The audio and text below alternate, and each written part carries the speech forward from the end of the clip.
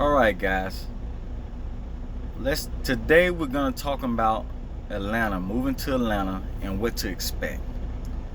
All right. Let's first talk about the people. Well, it is definitely overcrowded. It's a lot of people moving there. The traffic is horrible. Not as bad as LA though. And I drive trucks, so I know. Um, let's see.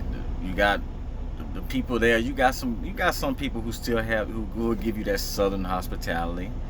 Um, who will speak to you and who would help you sometimes. Sometimes it's about it's getting to the point now where it's about I want to say 40% of it, 60% of them just like whatever, screw you, and they're fake. That's why some people call it fake Atlanta. It is fake. It's all get out. They they will. It's everybody's down there. An entertainer, a producer, a writer, a singer, a rapper, whatever. Got entertainment come. That's about everybody down there got that. Or everybody down there knows somebody, or think they know somebody or is somebody. My whole thing about it, if you know somebody and you all that, why aren't you on? Why they ain't put you on? You always this people walk around saying, "Oh, I can get you on. I know this person." You're right. I've been in Atlanta since 1984. I grew up there. I was raised there, raised in College Park. Um, I've seen that place grow from, it used to be real. People used to be real and used to have a lot more Southern hospitality, down there. A lot more genuine people. Now everybody's just so fake and just phony and just everybody's they think they're somebody. I guess because of Instagram or whatever social media, they only think they're known or you know think they're somebody in the industry. You got a lot of movies being shot and filming in Atlanta now, but see what people don't understand is when those movie directors and producers they're coming to Atlanta doing the movies because it's a lot cheaper or whatever to do that. But they're bringing those people from California. They're bringing their employees from California, from or wherever the hell they are, mainly California, and bringing them there. So you're really not gonna get a role there unless you get an extra role or something like that. That's all I see. I have some peers. They've done some extra stuff, and they got what $150 a day, I think, or $100 a day doing extras work like that. But that's definitely not guaranteed all the time. You're not gonna always have work doing that. There's so many people down there doing it and trying to do it and are doing it. And sometimes you just may not get in. You may not get in as an extra, or whatever. But so you can't count on that income. Um, you know, everybody. I mean, it's only everybody there's. They want to get in Tyler Perry movies, which I understand. They want to do that. Then there's only one Tyler Perry. It's not. He can only put so many people in his films, and to some of you people who moved there, what makes you think you're gonna get a lead role in a movie? Honestly, what makes you think they just gonna hand you a script and give you the lead role? It just doesn't work like that. But you have to work your way up there. I mean, you have to really get in first. But if you want to move there and you want to do that, and you want to pursue that industry, you want to try to get in that, that's fine and dandy. But definitely expect it's just going to be a long get in line. It's going to be a long line. It's going to be a long wait. You're going to have to work around. You have to network with some real people who can really get you in the door. And that's tough too, because they got a lot of people in their area, a lot of people at them trying to get in. They're friends and stuff like that. So they want in and they're trying to help them out. So definitely expect it to be a long wait. It's very, very competitive. It's very competitive. But that being said too, while you're waiting, you have to find a job, and it's tough for some. If you don't have a skill, you really need a skill nowadays, a trade, or something, and something that you can also work on the side doing, like electrician, plumbing, and I got a background electrician too.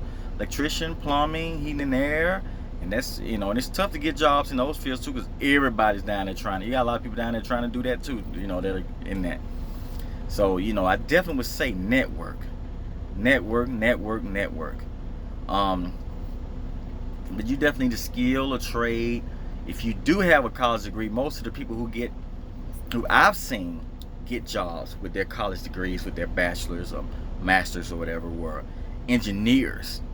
People who went to college and majored in a hard mathematical major, engineering, the IT engineering, the programmers and all. And there's a lot of those down there too. You know, it's gonna be very, very competitive. A lot of the as I worked at IBM before when I was 18 years old. And later on in the video, I'm gonna give out some information about jobs. I may even give out my email. You can email me, and I'll give you some tips on some jobs or whatever. But I was 18 years old and I got a job at IBM doing LAN networking, basic local area networking or whatever, and doing some technical stuff. I always work with my hands. And people wondering, how'd you do it? You know, how'd you get that? You know, it just took some networking around, and I lucked up. Well, I guess I got blessed. I got blessed, and I got the position.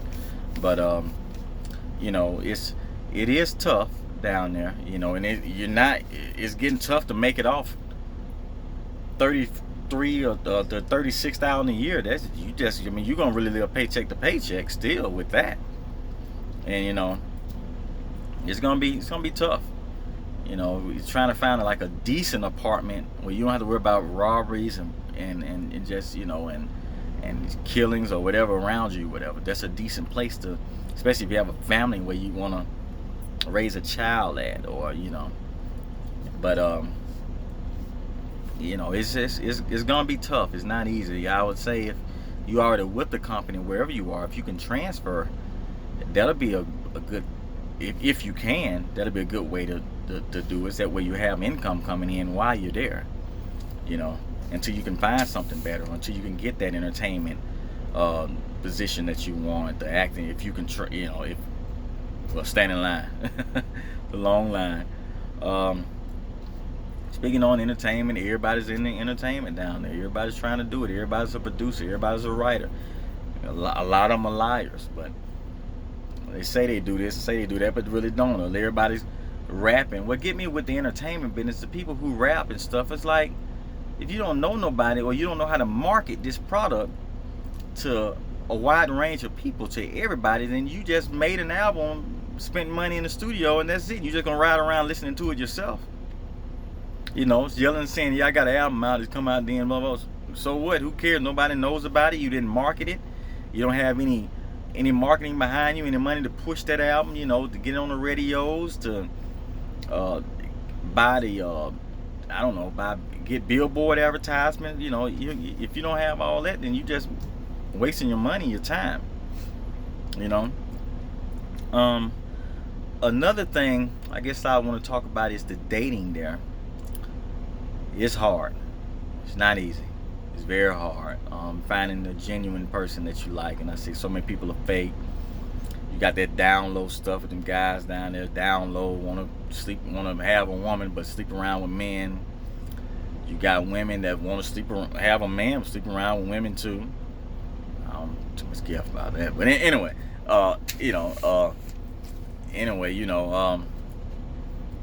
women. You got women that that's just fake. Wear all this weave and makeup. I'm like, God damn, can't you just be yourself? Can't you? You know, how do you look without all this weave and makeup?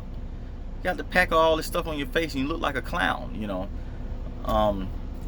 But it's tough. The dating scene there is very tough. It's not easy with everybody moving there, and a lot of people are selfish. That's what I've seen and learned. And a lot of women, they're a hood rat. Hood rat is hell. I mean, I'm like, God, just hood rat. You know, it's like, I don't know. I had some experience with some girls I dated. it never fails. Once we're dating for a while, you know, after about 2 weeks, the truth comes out. They always wind up losing their job, or say, you know, I lost my job, I got fired. It was the other woman fault, all this other stuff, like, you know, always some dumb excuse.